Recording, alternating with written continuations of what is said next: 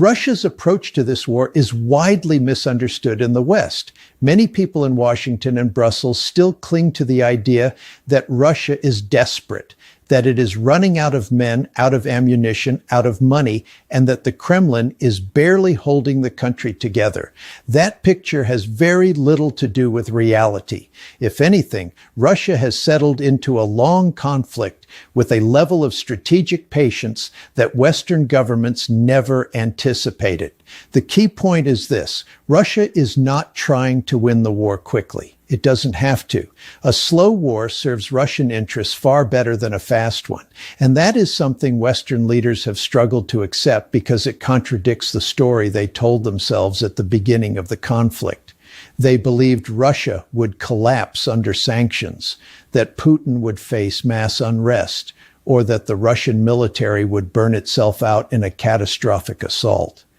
None of that has happened. From the very beginning, Russia adopted a methodical approach aimed at minimizing its own casualties. That is why we do not see large-scale frontal attacks or reckless advances into well-defended Ukrainian cities. Instead, the Russians rely on overwhelming firepower. They soften positions with artillery, missiles, and drones before moving forward. It is slow, but it is deliberate, and it keeps Russian losses relatively low. If you understand anything about how Putin thinks, you know that avoiding a flood of body bags is one of his highest priorities. Dead soldiers would create domestic pressure, so he made a conscious choice.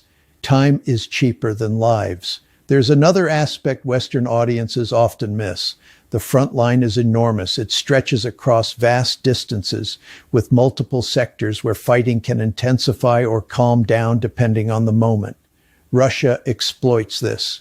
It pushes in one area, watches Ukraine shift its reserves to that point, and then applies pressure somewhere else. Ukraine is constantly reacting, constantly moving forces, constantly trying to plug holes. And that is exhausting for any army, especially one with shrinking manpower. And Ukraine's manpower problem is devastating. You don't need classified intelligence to see it. Western media now openly reports massive desertions, steep recruitment challenges, and entire units worn down by years of continuous fighting. Morale has eroded. Reserves are